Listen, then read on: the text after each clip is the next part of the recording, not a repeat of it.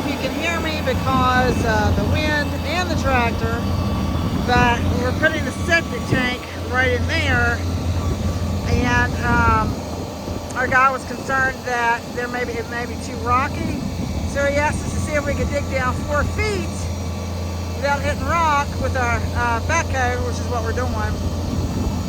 So he's got his braces out right there, and we did have the bucket off, but when he was going to dig and curling the arm, the front end was coming up, so we got the bucket put on, and I got a big heavy stone in the front too to help get some counterbalance. So yeah, let's see.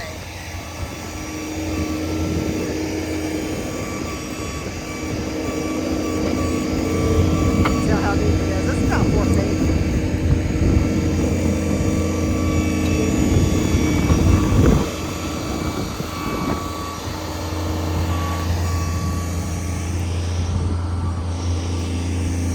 So we met with the builder today. So yeah, he's getting all the way down in there. That's deep enough. Okay.